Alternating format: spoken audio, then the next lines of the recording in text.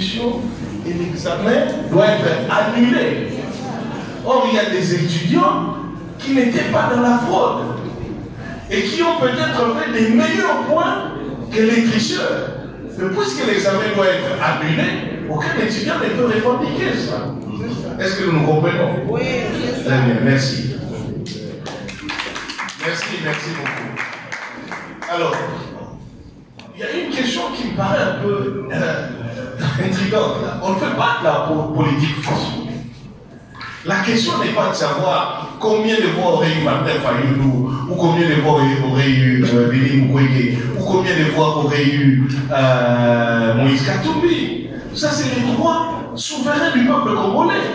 Il avait le droit de choisir qui il veut. Mais ici, on lui a volé ses droits. C'est ça la vraie question. Le peuple n'a pas voté, des individus ont pris les machines et ont décidé de substituer leur voix à la voix du peuple. C'est ça la vraie question. Nous venons revendiquer aucune voix ici. Nous venons dire que le peuple n'a pas voté. Et aucun tricheur ne peut bénéficier de ce que le peuple n'a pas désigné.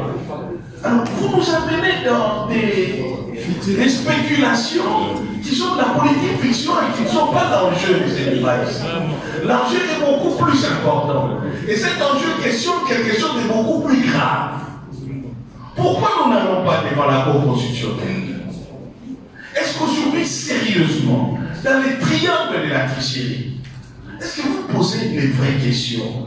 Que la CENI qui a des machines à voter, ces machines ont été retrouvées entre les mains des candidats. Est-ce que vous comprenez la gravité d'une telle situation dans un pays?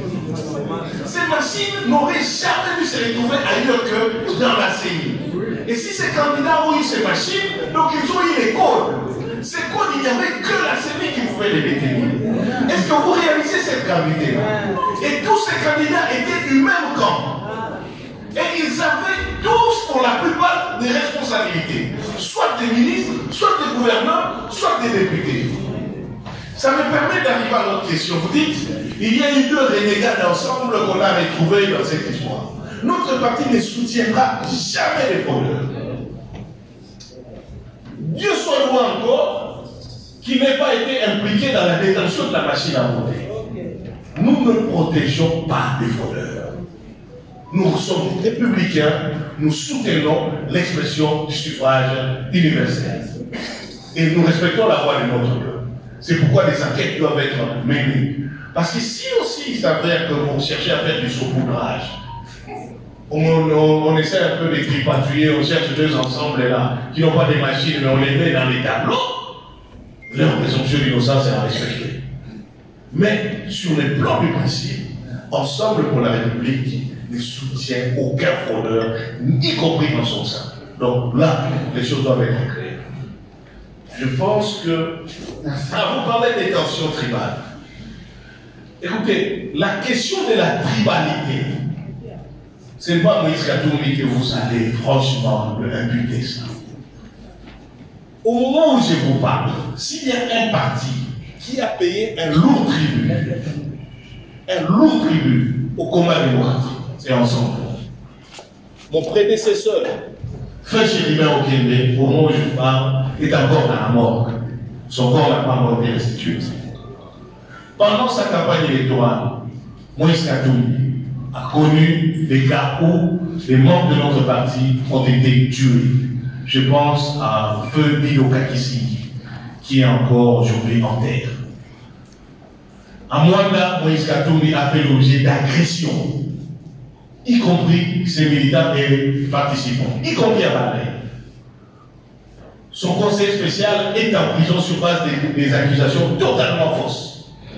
Et nous avons des députés comme Mike Moukebaye qui sont en détention. Donc, s'il y a vraiment un parti qui se caractérise par la tolérance et l'ouverture d'esprit, c'est Ensemble pour la République. Des militants au Kassai, assimilés ensemble, dont des femmes ont été déshabillées. D'où vient l'intolérance?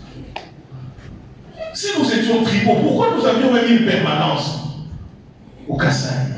Nous sommes un parti national, nous nous appelons Ensemble. Nous n'avons pas un regard tribal. quand il s'agit de la manipulation de la tribalité, aller chercher ailleurs, pas ensemble. Ce qui s'est passé à Kachoboué, c'était la révolte de la population, même pas des militants ensemble. Parce que une personne a fait l'objet d'arrestation arbitraire au niveau du commissariat de la police sur base d'une accusation indue des membres de l'UDPS qui a dit que cette personne a manqué de respect au chef de l'État. Ayant traîné en détention, les gens se sont révoltés et ont réagi ainsi. Pourquoi depuis que les sièges d'ensemble avaient été totalement démolis, il n'y a jamais eu de réaction, ni à Lubumbashi ni à nous. Vous pensez vraiment que si nous le voulions, nous manquions les moyens de faire? Donc je crois que aller chercher ailleurs. Ensemble, nous sommes un parti tolérant, démocrate, mais nous ne sommes pas différents. Merci, je pense qu'on peut passer la parole.